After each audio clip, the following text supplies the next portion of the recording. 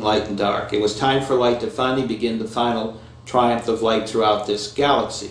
So what then happens at that time is the so-called prophecy of Anchara coming true. At first, the Anchara children did not want to believe it because to them it ran totally counter to what they'd been doing for millions of years. Suddenly they were being told to stop.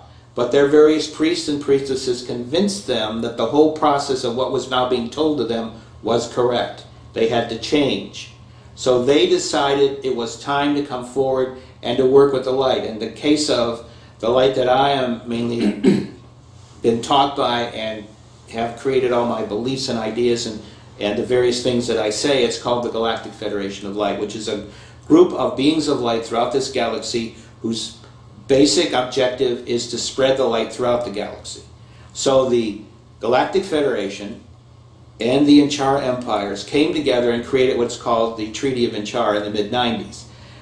Because of it, the Anunnaki, seeing, you might say, the mud on the wall, so to speak, saw it was time to change. So they basically pulled out, and all of a sudden, the minions were upset, this Dark Cabal, because all of a sudden, they had a basic problem. The group that was providing them with, you might say, the ideas and using their various abilities to see that these ideas manifested was suddenly gone. And they wanted the final aspect of what they were going to do, which was to basically break the rules that heaven had given the people, the Anunnaki, as far as to concern us and our return to being fully conscious beings. So they were going to work our DNA and our brain structures and get rid of all this, what they have been calling detritus in science and various other fields related to it. And so they wanted to get to a point where they would completely change us into physical beings like the children of Anchara. So the time to do this had suddenly changed. But they said to themselves, this being the Dark Cabal, it is absolutely essential and necessary that these goals be carried out. So what has now happened is that the Galactic Federation, under divine intervention from the divine plan of the Creator, has come here, and they are working now with people who have been a part of these peripheries we were talking about, these various beings of light on our world who are working hard to change the reality of how we live and work and see our reality, and also to physically help with the changing of us from being limited conscious beings to being fully conscious beings. So what then happens is that in '95 we have this Treaty of Anchara happening, the Anunnaki pulling out, and all of a sudden the Anunnaki come back and tell these various beings who are in the Dark Kabbalists, the time has come to let go, to say that what you wanted to do is not possible, and allow the light to permeate through this world, our reality here on Earth, as it has begun to permeate throughout the rest of the galaxy.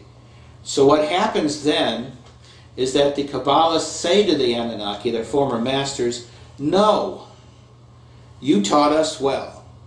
We know how to carry on. We will not give up.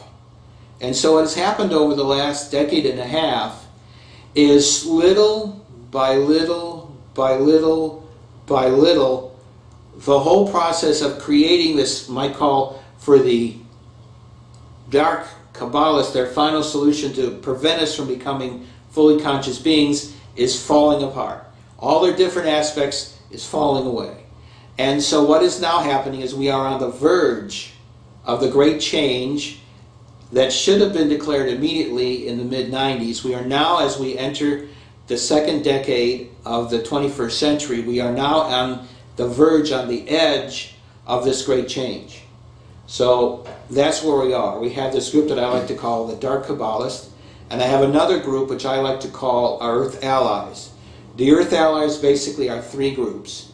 We talked about the Dark Kabbalists. Among them were their sons and daughters who began to see that this darkness that was the sign of their power and their wealth, was not really sufficient, that there has to be something else. And they began seeking spiritual, alternate ways of doing things. So we have one group, I like to call these the scions of the wealthy and the powerful, who are working for the light. There's another group which were secret societies that had gotten various information during the course of these millennia from either angelic sources or from the Galactic Federation themselves, and had books, they had concepts, they had ideas of how to do various things, and they had kept very heavily to themselves, almost like a society that had gone underground.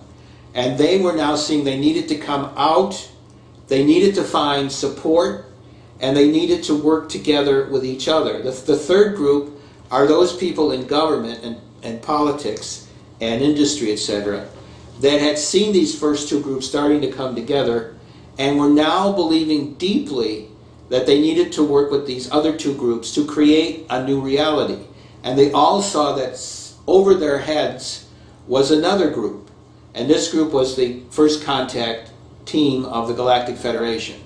And so the Galactic Federation group is what I would like to now call the Galactic Option. If you look at the Dark Cabal, they have everything. They have money, they have power, they have secret technology. Under normal circumstances, what this group represents would be very hard, if almost impossible, to get rid of or to change.